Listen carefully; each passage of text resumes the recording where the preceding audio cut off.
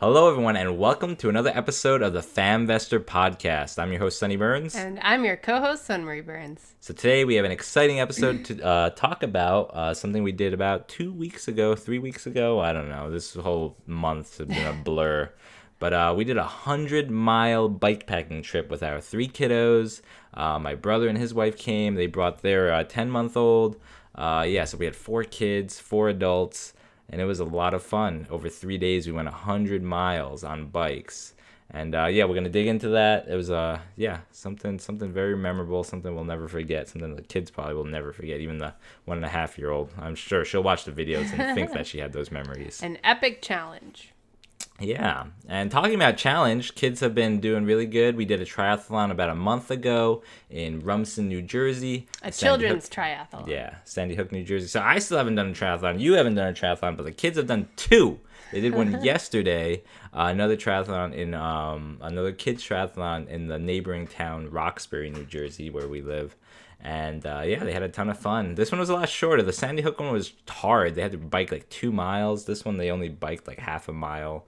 So it was a lot more fun. They got like a great ice cream gift at the end, sponsored by this local ice cream shop. They got a huge ice cream. They were thrilled, called the Skyscraper ice cream. And it was just such a great event for them to be a part of. You know, you swim, then you get out of the water and you hop on your bike. You do a half mile, and then you get off the bike and you run. I think they had them run a 1/4 mile. And then they got a nice medal, which they're super proud of. And I just love how it kind of trains them to think about, working out, working towards something, working on swimming and biking and running, challenging yourself. It was not a placement race. It was a completion race. Right. So everyone who participated had the reward of like completing it, earning their medal, and just really being proud of the accomplishment they achieved.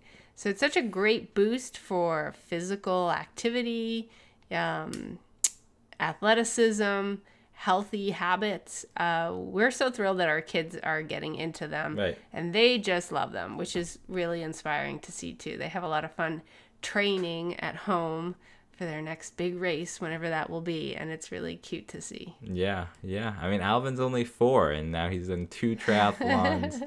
And I think he's just like super proud of his medals. And the important thing is they're having fun with it. And it's so much goodness rolled up into it. So if you haven't looked into it for your own kids, consider checking it out, because it's not definitely anywhere near the rigor of an adult triathlon.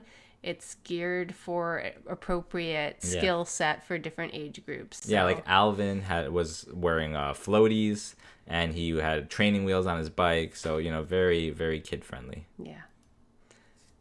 And I think with that, we're ready to get on to the show. So without further ado, let's get to it. You're listening to the Famvestor Podcast. If you're looking to raise your family with intention, gain financial independence, and live a life of true freedom, you're in the right place. Join us as we explore together how to create thriving families, because strong families are the cornerstone for a world at peace. So as we mentioned earlier, in this episode, we're going to talk about our 100-mile bike journey. We did bike packing from New Paltz, New York, all the way to the George Washington Bridge and into New Jersey. It was over the course of 3 days, 2 nights camping and 3 days biking. We did approximately 35 to 40 miles a day of bike riding, and we had all our kids with us. So we had our 3 and our brother and sister-in-law. They had their sons. So 4 kids under the age of 6 on this journey with us. And we just wanted to go into what our experience was and what it's like to do this kind of a trip with little ones, and what to expect, what to plan for, and how it went for us. Yeah, I mean, I love bikes. The logo, Famvestor logo, has us on bikes with Valen. We have to add two more kids to that logo. But it's funny, when we made that logo, I loved the logo, but I'm like, that's not a real bike. You can't put kids on a bike like that and have a 3-seater bike. We've come a long way where now we've realized actually you can. There is specialized gear you can buy to enable you to make a single bike towable for 2, 3, 4 little children if you need to. So it's pretty cool. Yeah, we all had regular bikes. They were all used. My brother and his wife, they had like road bikes, so faster. Ours are more just standard run-of-the-mill bikes. They did have like hybrid tires, so I guess they were a little faster, but they weren't like the road bike thin tires. So we were definitely a lot slower than them. And we had the older children, which the older two, they could pedal assist, but still I don't know. But it is added weight when you're towing them on your bike. Yeah, and the 1.5-year-old Kaylee, she was in the front mount, in front of me. And we call it it's called the We Ride. And it's a special chair you buy for young children under 40 pounds, I believe. Yeah, and it just goes, you've seen probably the rear mounts a lot, but we love the front mount where you can see exactly what they're doing. They're right between your arms back as you're driving, so you know they're safe and you can keep an eye on them. Yeah, so that was great. And then you use the Co-Pilot, which is also, I think, made by We Ride, Co-Pilot, and that just attaches the seat mount, and that's what Alvin, our 4-year-old, used, so he could pedal and help. And for our 6-year-old, we just got the Follow Me Tandem. It's a very expensive mount. I think it costs, I had to pay like $300 for this thing, which is kind of crazy. I think it retails like $380. But anyway, we needed it for this trip, and I'm glad I bought it. And I think we'll put it to good use in the future too. But basically, that mount, you can attach a child's bike to your adult bike, and whenever you want, it's like a 20-second changeover, and you could take off their bike so that they can bike on their own and reattach when they get tired. It's like a hookup or a hitch to attach the two bikes to one another and still have the freedom to detach them when you want to. It does such a good job. And if you want to see a better visual on this, just go to youtube.com/fanvestor and look at our 100-mile bike video. It's an 11-minute video, goes over step by step our whole journey, all the gear we brought, and a more visual indicator of that whole thing. But yeah, that worked out really well. Valen, probably our 6-year-old, probably did about 40% of the trip. So about 40 miles during those 3 days. On his own. He biked the entire trip, but 40% of it was him pedaling on his own, and then the other 60% he was attached to the to your bike. Right. And I was carrying the majority of all our gear, so we brought tents, we brought sleeping bags for all of us, we brought sleeping mats for us, we even had like sleeping pillows, that blow-up pillows, we had diapers for Kaylee. We had one spare change of clothes. Just for her, right? We didn't even have a change of clothes. We didn't bring clothes. We did bring swimsuits. That's true. We brought swimsuits, which we didn't really end up using. And a couple sweaters for cooler nights. We brought sweaters and light jackets. Yep.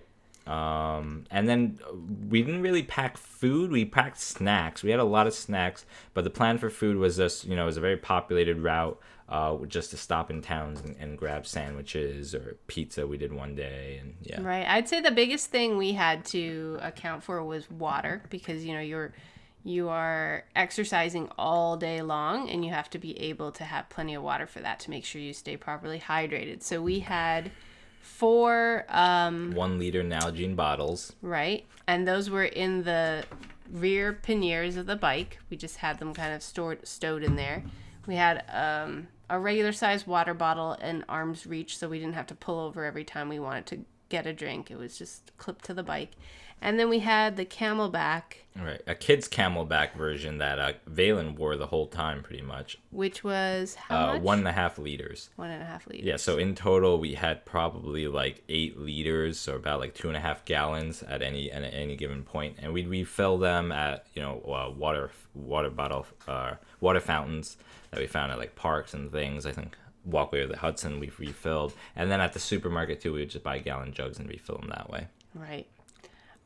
What's a wonderful thing about New York State is they have a really great bike trail system.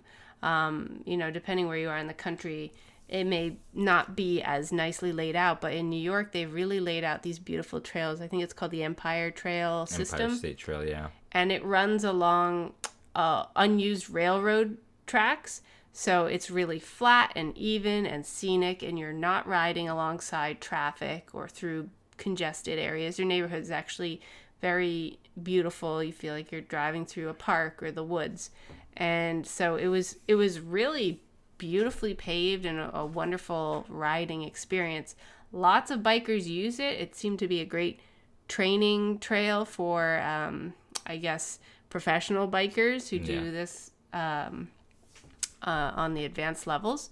But it was really a great trail system. And we could have started much further up or gone up. You can start all the way from the tip of New York, Buffalo, New York, all the way down to New York City. I think that's like 400 miles if you want it. And it even goes west to east from the Erie Canal to, anyway, I forget where. But yeah, there's a lot of trails. It goes across the state, both horizontally and vertically. Right.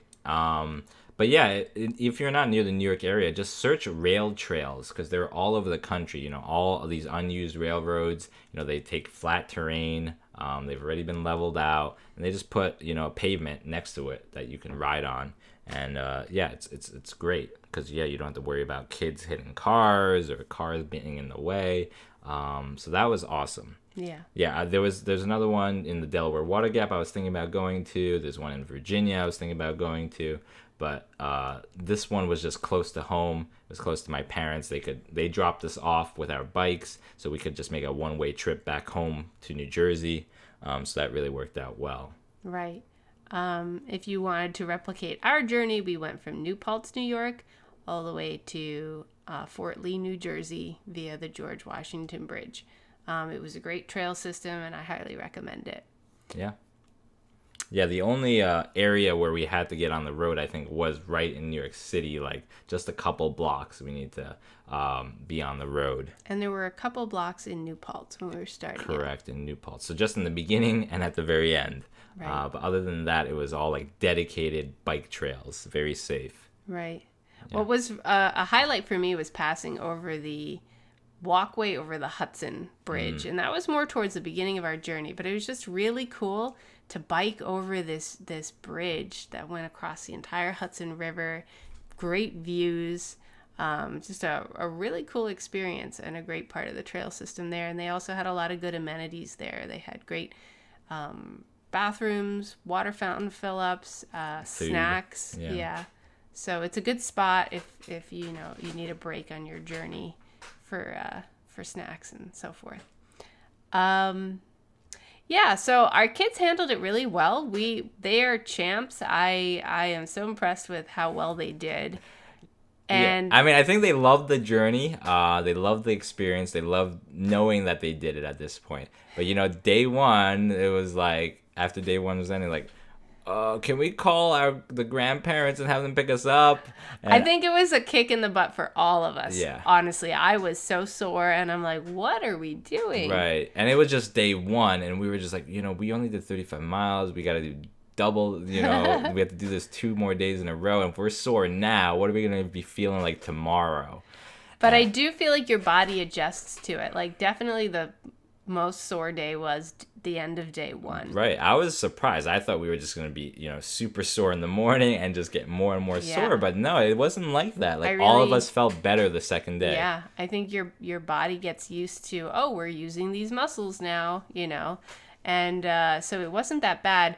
One recommendation I would have definitely is if you're going to do a trip like this, invest into padded bike shorts. I initially hadn't. I didn't think I'd need it because I have a really soft bike seat.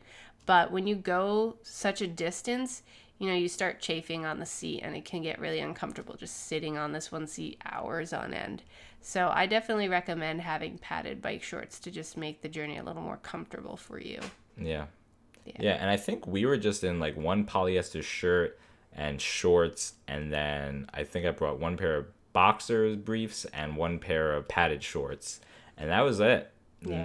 Just to minimize the weight as much as possible, because again, we had to carry for 5 kids on one bike essentially. So right. One thing we noticed other bikers were doing was they were doing the journey, but they were finding accommodations in hotels, and we thought about that, that if we had done that, it would have made the whole bike packing experience less burdensome. We would have had to pack a whole lot less. Yeah, honestly, like we wouldn't have needed the panniers. We had front panniers, rear panniers.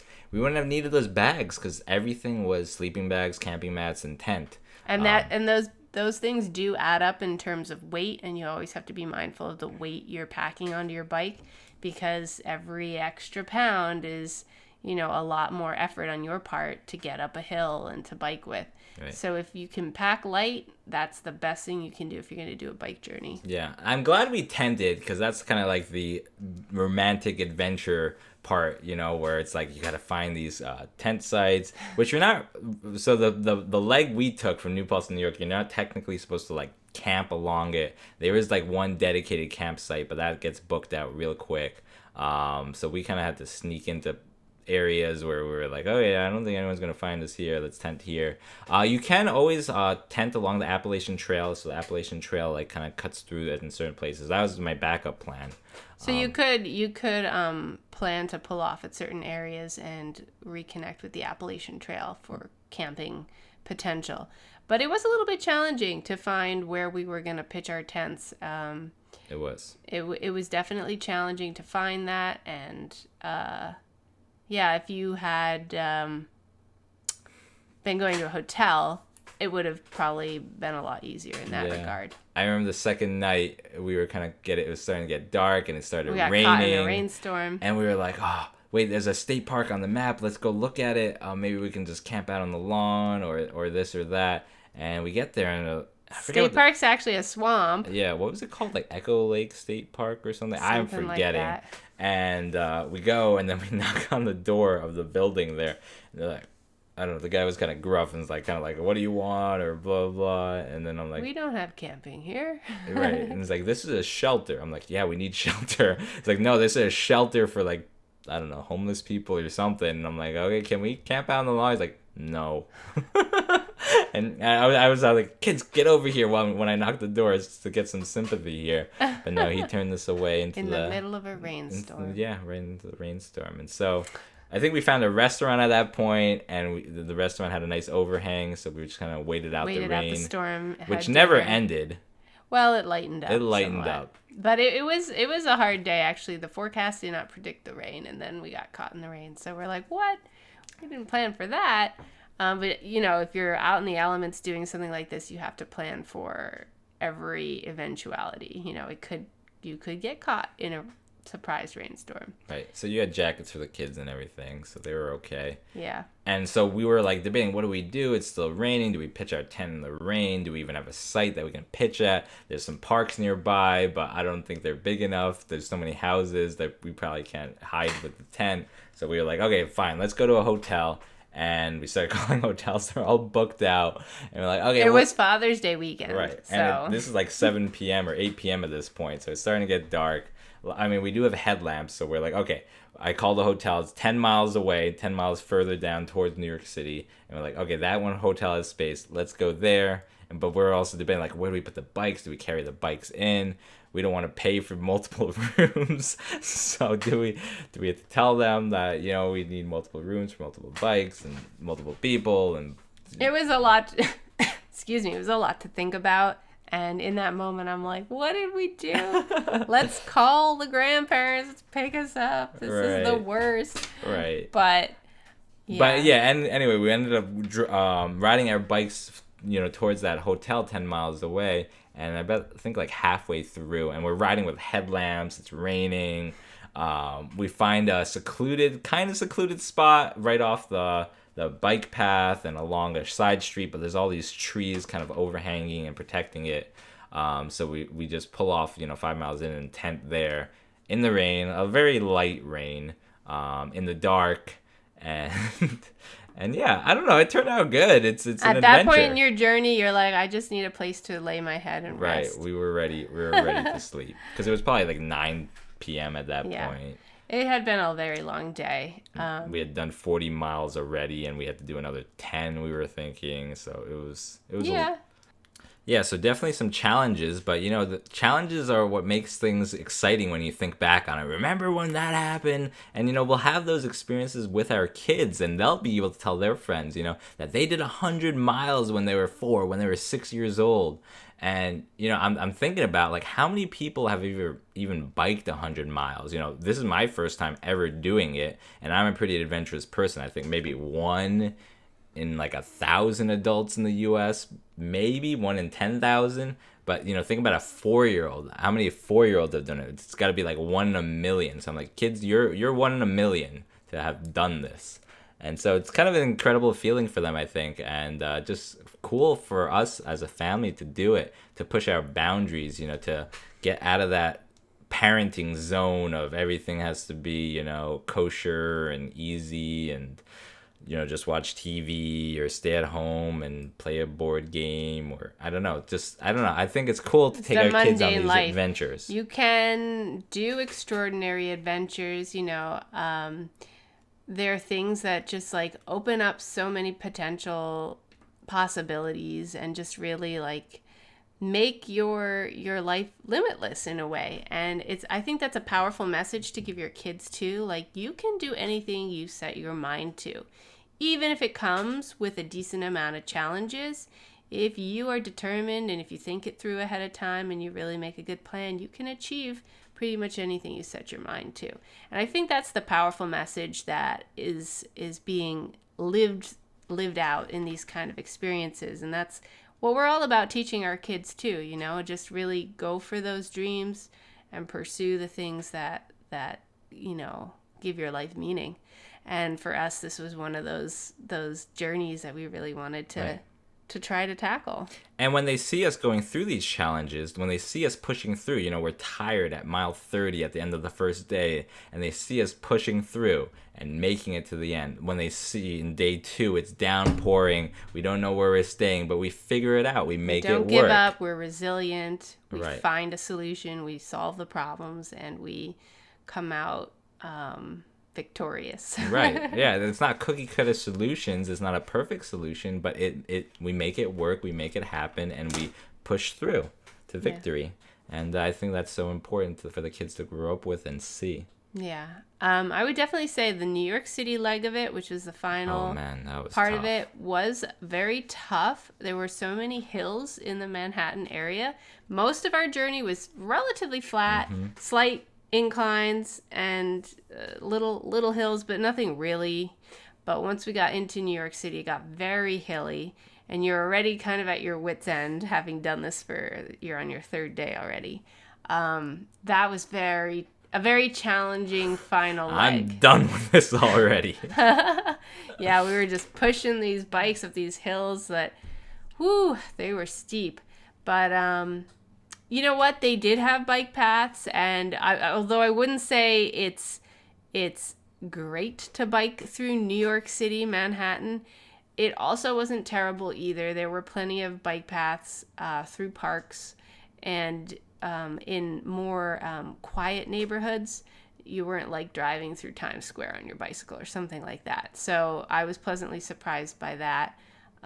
Crossing the George Washington Bridge, the walking path was pretty good there as well, and there were definitely many other bikers doing it simultaneously, so it wasn't like we were odd man out. It's a very popular bike path to take. Yeah, the whole 100 miles, we didn't get a single car incident until we crossed into New Jersey, and then this car just beeps at Sun Marie. Yeah. Beep, get out of my way, or cross that road faster, or something. Good old New Jersey. Yep, good old New Jersey. But overall, we're definitely glad that we did this trip. There was a lot we learned from it. If we tackle something like this in the future, I think, we're a lot wiser for it now to know what we need to think through, pack, don't need. And it was just a really amazing experience for the books now. I think we'll look back on it and be really proud of having done such a thing. So I'd been thinking about this trip for a while, and I think what really inspired me was, episode 54 on the FanVestor podcast when we talked to Nancy Vogel, and she talked about her trip with her 10-year-old boys going from Alaska to Argentina, 17,000 miles over the course of 3 years. So by the time that they ended the trip, the boys were 13 years old, and just that incredible journey that they did. And so, this is just 3 days, not 3 years. But, we got a small taste of that adventure.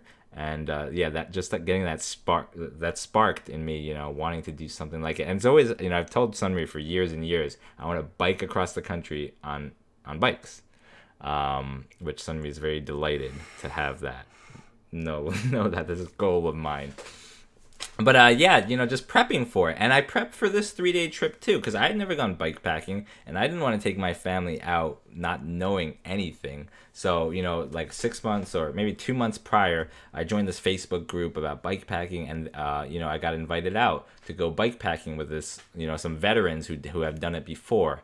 And so, I went on Amazon, I bought myself a rear rack, and I bought myself rear panniers, and I tried to figure it all out. But I learned from everyone else, that I bike packed with, just adults, and just a 1-day thing, like, what everyone brings and what's good and what's not. Honestly, I probably could have figured it out, but it was good to get that affirmed and good to do a good to go through a trial run without, kids, risking the kids' enjoyment or frustration there. So I definitely recommend probably going out on your own prior to involving your kids. You can make it work. Definitely make sure that you camp with your kids beforehand and that you bike with your kids beforehand to make sure it's something that they can actually get into and enjoy. Because if they're not going to have a good time, you're not going to have a good time, and it just isn't worth it. Some families are like, this is so cool, I'd love to do something like this.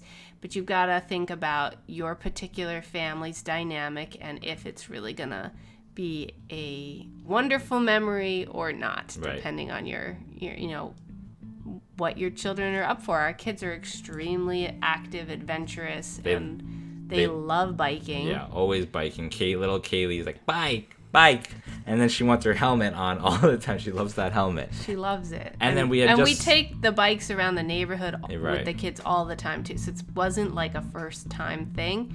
It was definitely the longest biking we've ever done. But they're very accustomed to sitting on a bike and being in the we ride and the co-pilot. It was nothing new to them. Ever tenting, we had just come off 14 days of tenting around the Grand Circle in Utah, so they were used to that as well.